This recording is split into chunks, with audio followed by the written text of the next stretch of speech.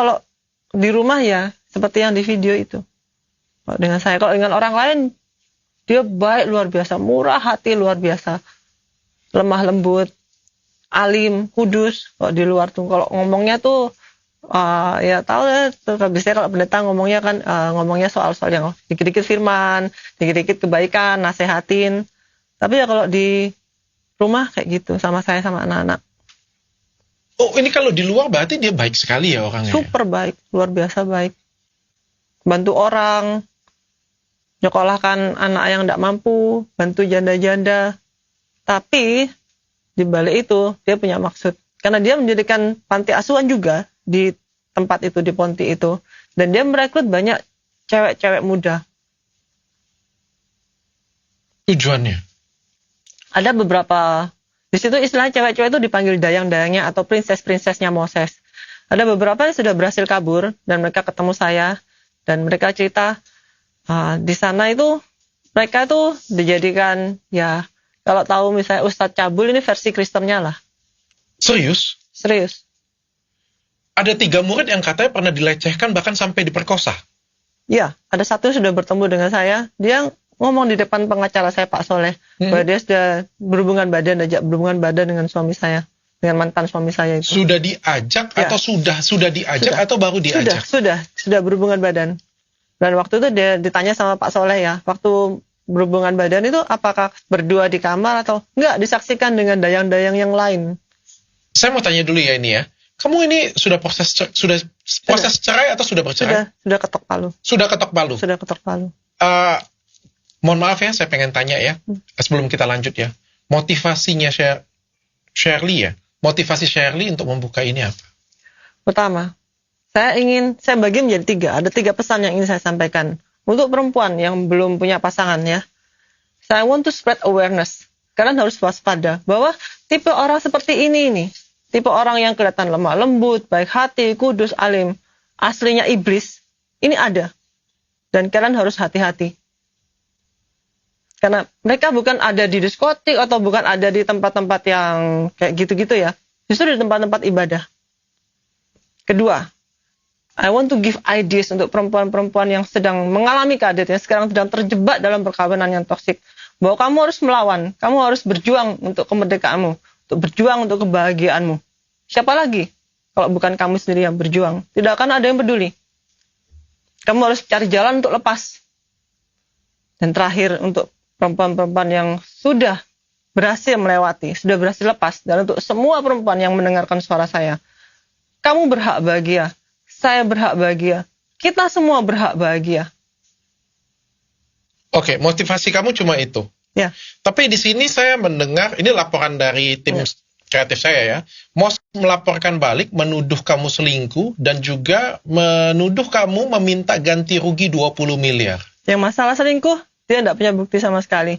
Jadi, dia karena dia lawyer, dia pengacara, dia tahu bagaimana cara memainkan hukum. Dia juga menuduh saya KDRT. Dia menuduh saya juga mukul dia.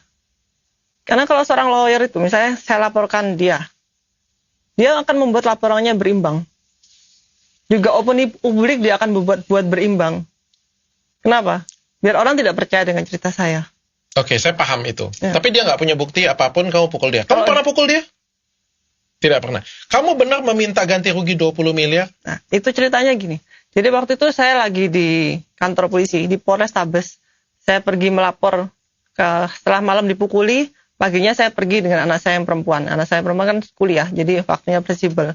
Sementara anak saya laki, saya suruh berangkat ke sekolah. Saya bilang, kamu sekolah, nanti kalau kamu tidak sekolah, Dedi curiga. Nanti Dedi tahu kalau Mami mau ke kantor polisi.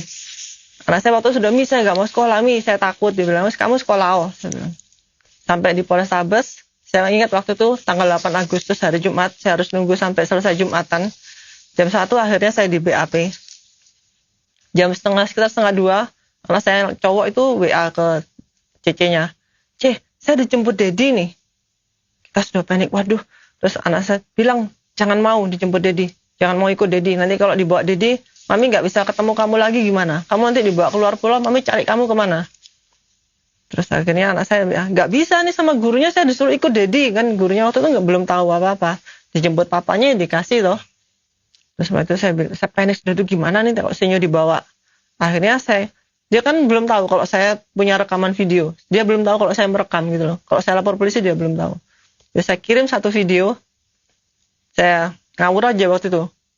Kasih saya 20M sebelum tanggal 20. Pokoknya saya waktu itu panik ngawur aja. Kalau enggak, saya sebar video ini. Saya bilang gitu. Anak saya yang cowok sudah mau dibawa pergi. Saya bilang, pokoknya kamu pegangan pintu, gandolan tembok, pokoknya jangan sampai kamu ikut papamu, apapun yang terjadi.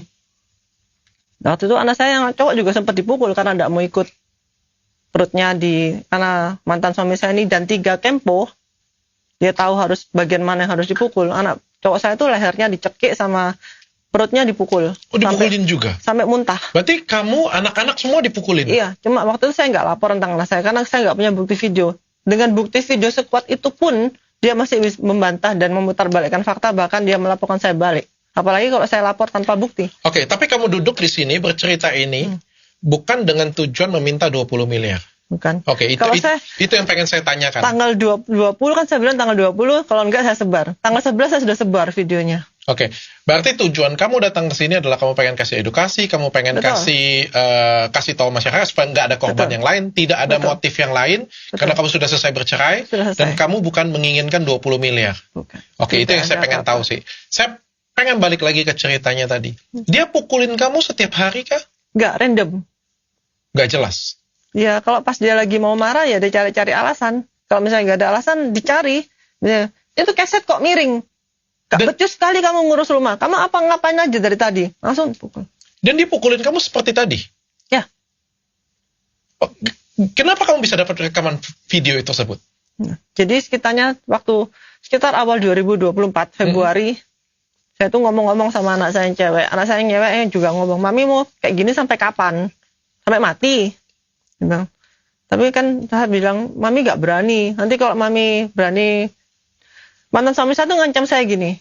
Waktu anak-anak masih kecil, kalau kamu berani macam-macam, anak-anak saya bawa pergi semua, kamu tidak akan pernah bisa ketemu anak lagi.